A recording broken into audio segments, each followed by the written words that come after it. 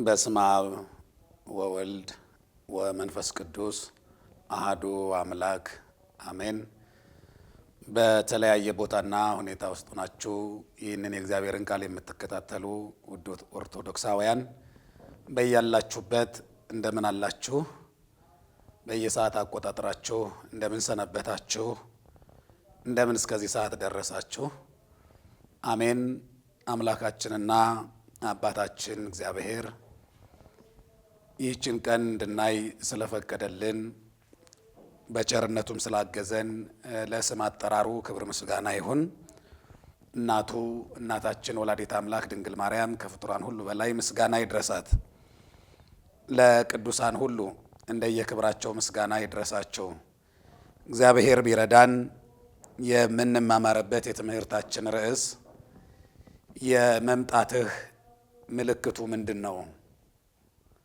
የማቴዎስ ወንጌል ምዕራፍ 24 ቁጥር 3 በኦርቶዶክሳዊት ቤተ ክርስቲያን ስርዓት መሰረት ይህ ሳምንት ደብረ ዘይት ተብሎ ይጠራል።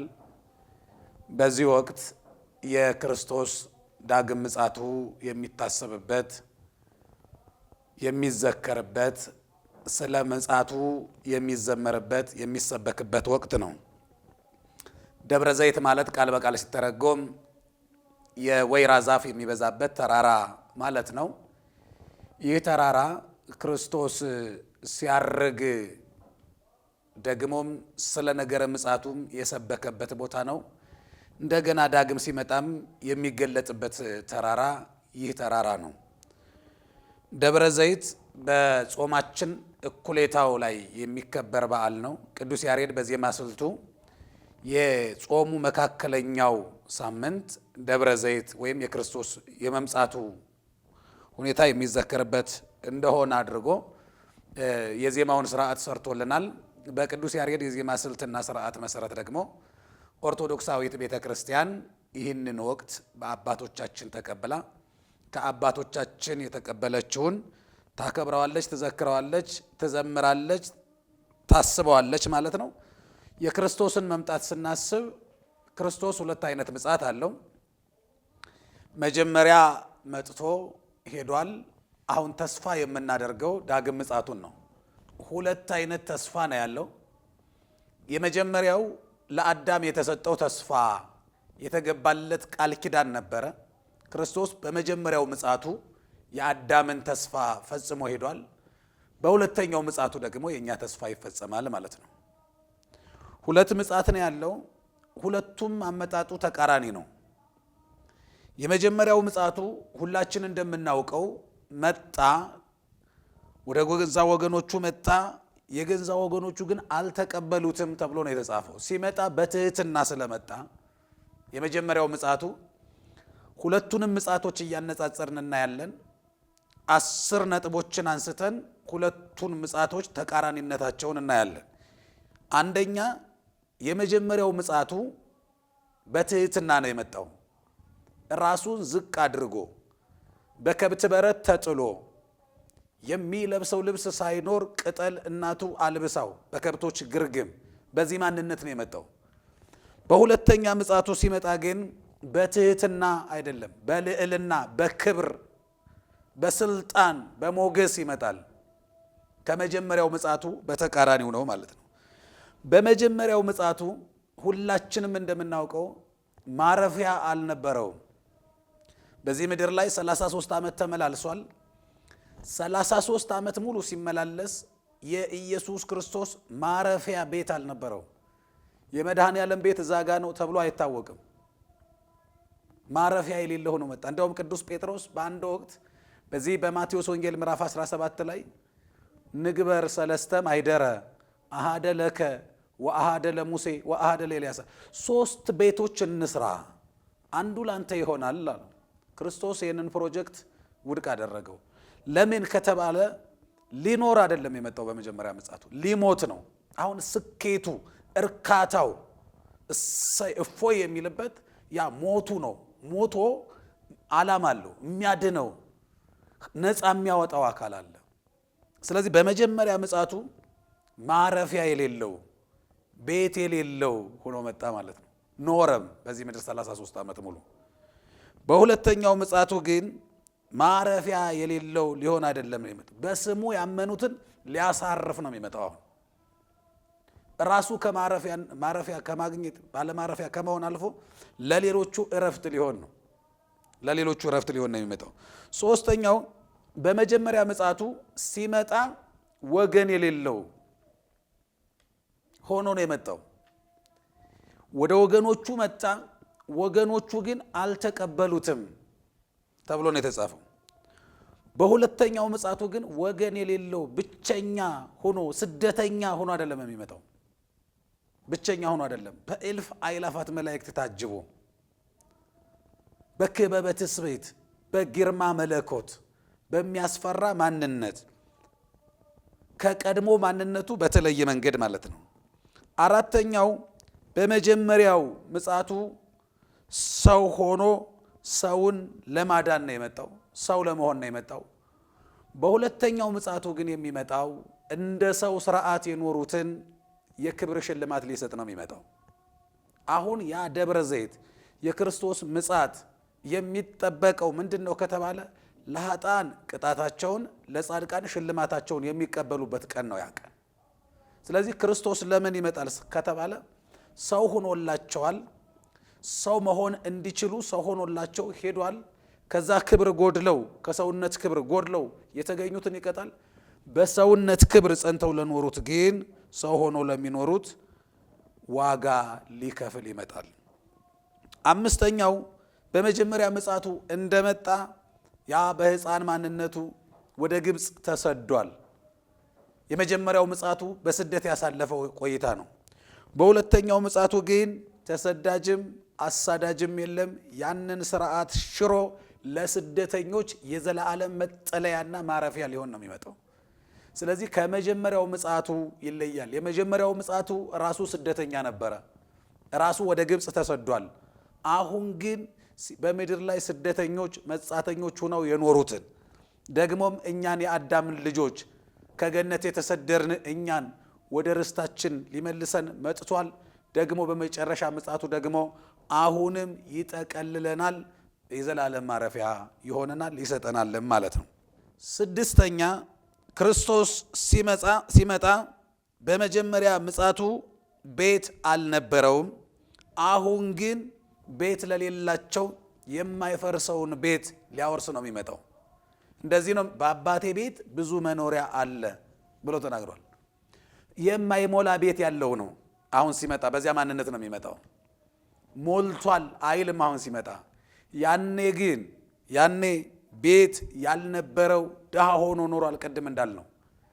አሁን ግን ራሱ ቤት የሌለው ሆኖ አይደለም፣ ለሌሎቹ የማይሞላና የማይፈርስ ቤት፣ የዘላለም ቤት፣ ማጣት የማይጎበኝ ማጣት የማይፈትነው ቤት፣ ሐዘን የማይገባበት ቤት፣ የዝማሬ ቤት፣ የእረፍት ቤት፣ የደስታ ቤት፣ ጨለማ የሌለው ቤት ነው የሚያወርሳቸው።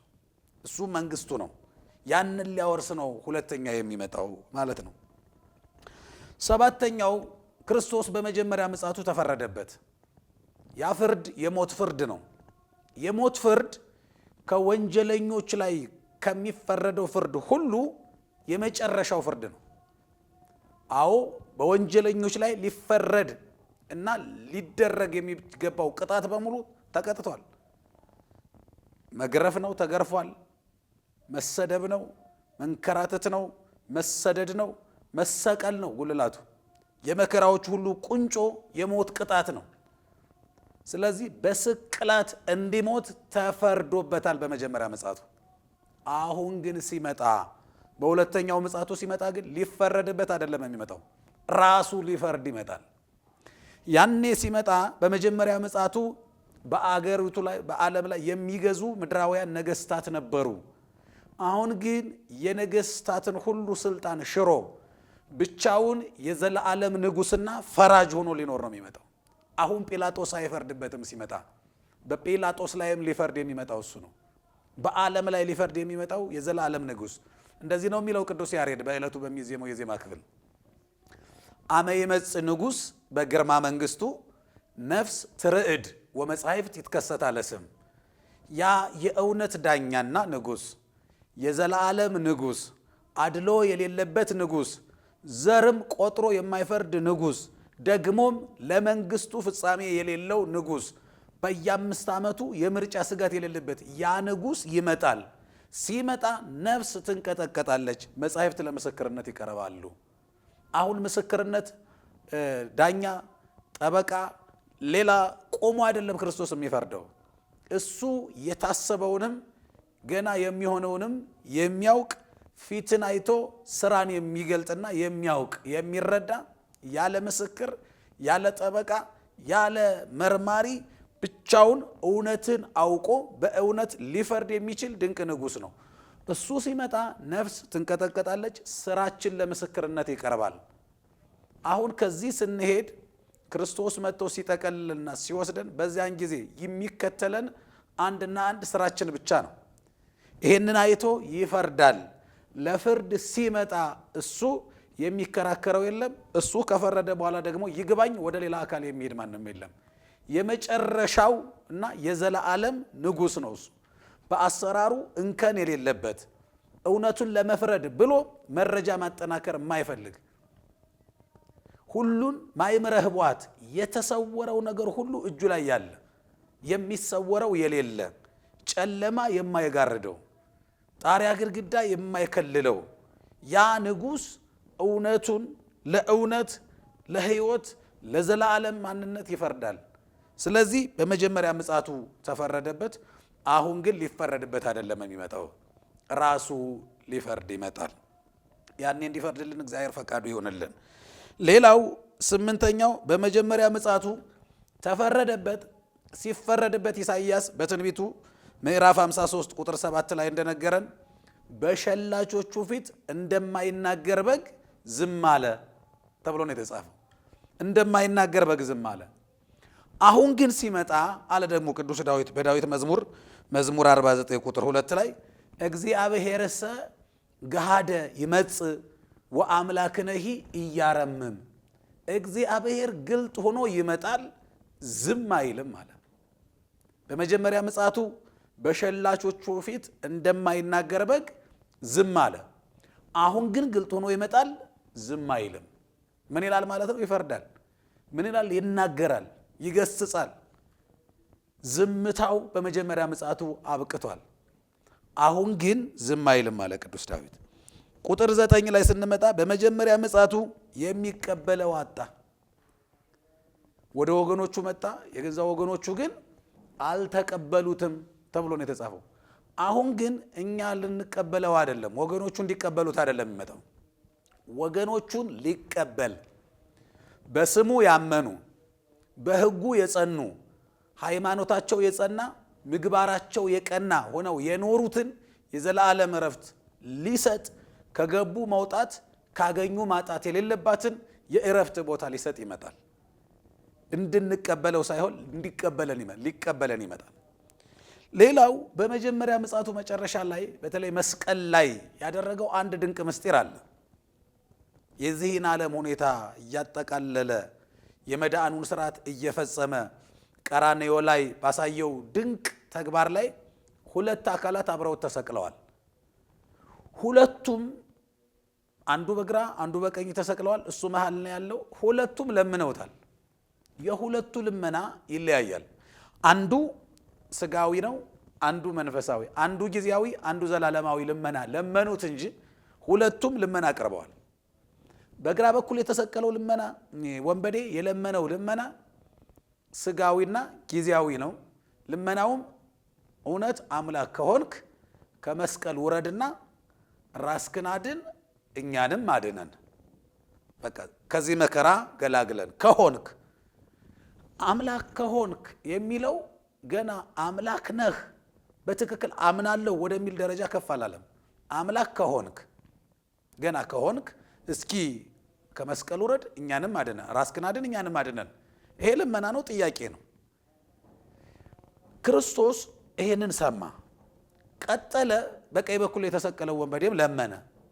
ይሄ ደግሞ ልመናው መንፈሳዊና ዘላለማዊ ሰማያዊ ነው። ምንድነው ጸሎቱ? ጌታ ሆይ በመንግስት በመጣህ ጊዜ አስበኝ። ጌታ ሆይ ሲለው አምላክ ነህ እያለው ነው። በመንግስት በመጣህ ጊዜ ሲለው ስልጣን አለህ ማለቱ ነው። አስበኝ እርዳኝ ሲል ደግሞ ትችላለህ።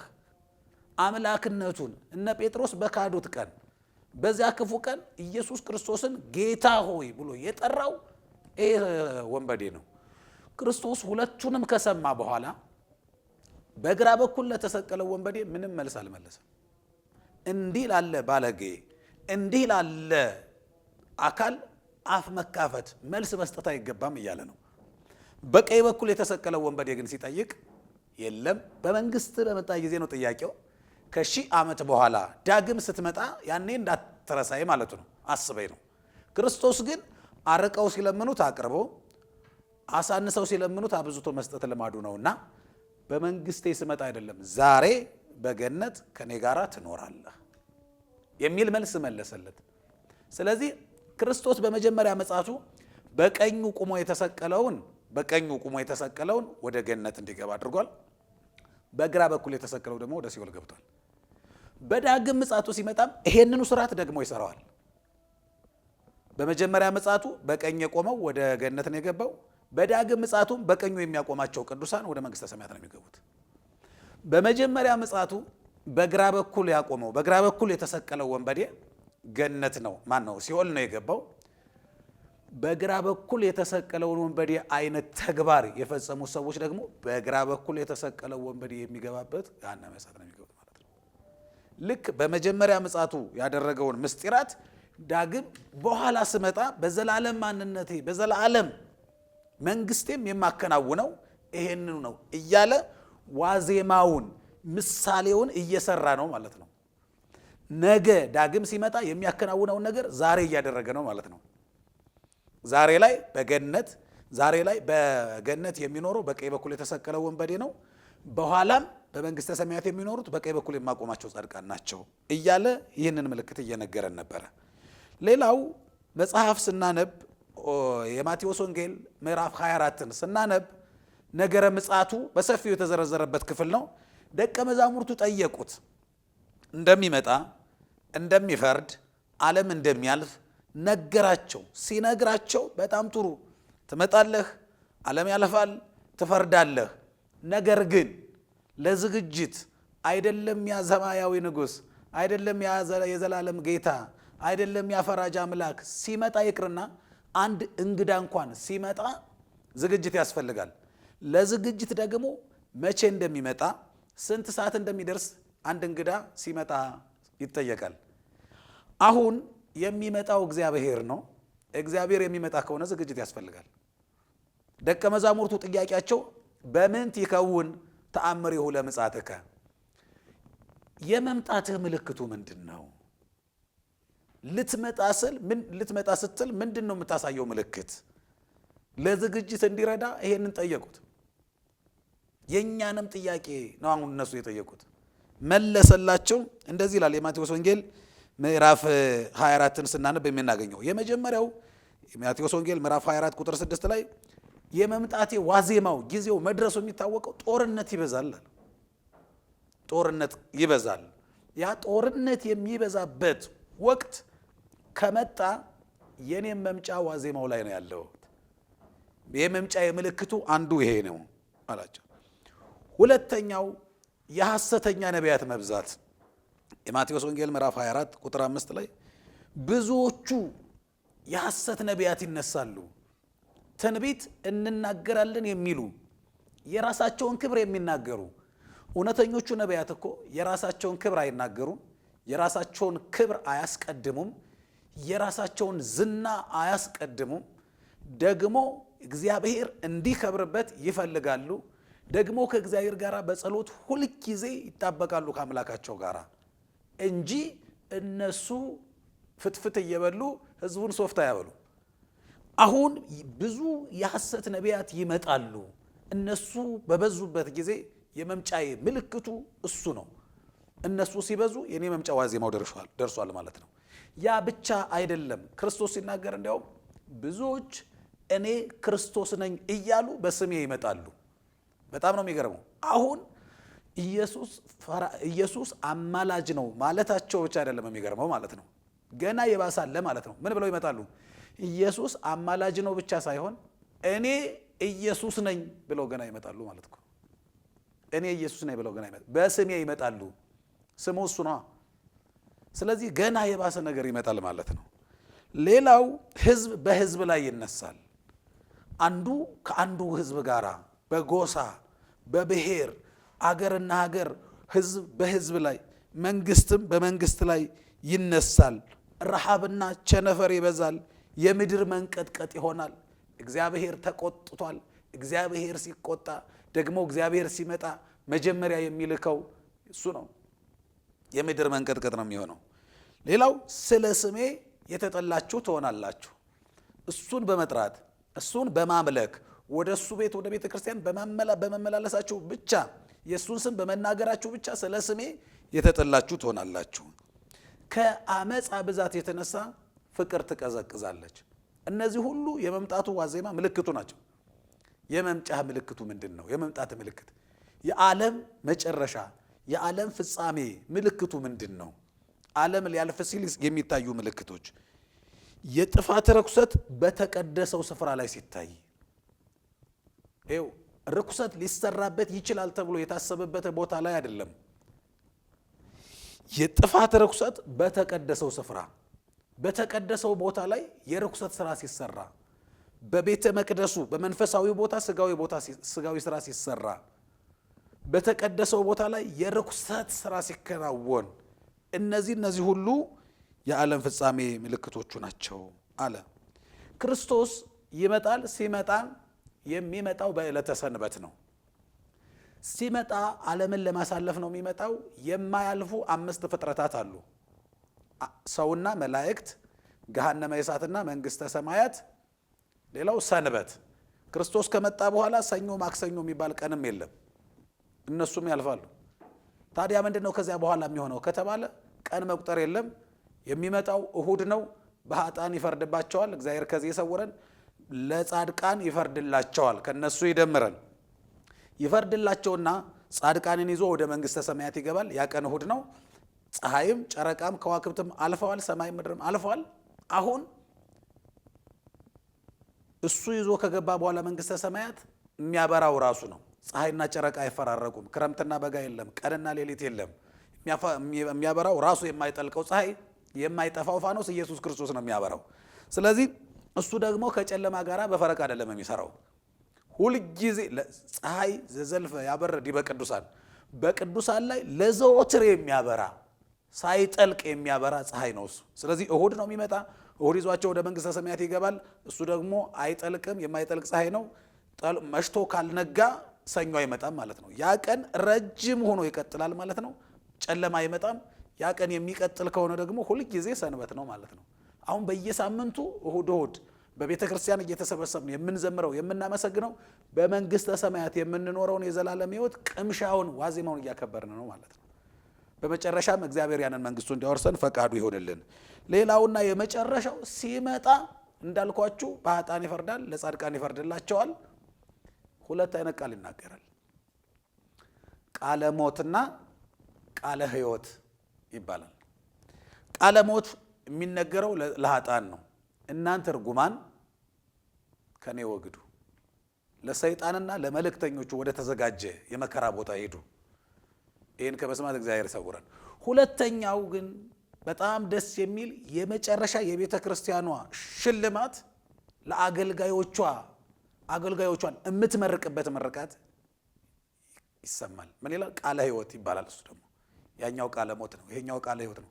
ቃለ ሕይወት ምንድን ነው ከተባለ እናንተ የአባቴ ቡሩካን ወደ እኔ ኑ፣ ከገቡ መውጣት ካገኙ ማጣት የሌለባት የዘላለም እረፍት ወደ ሆነችው ወደ መንግስተ ሰማያት ግቡ።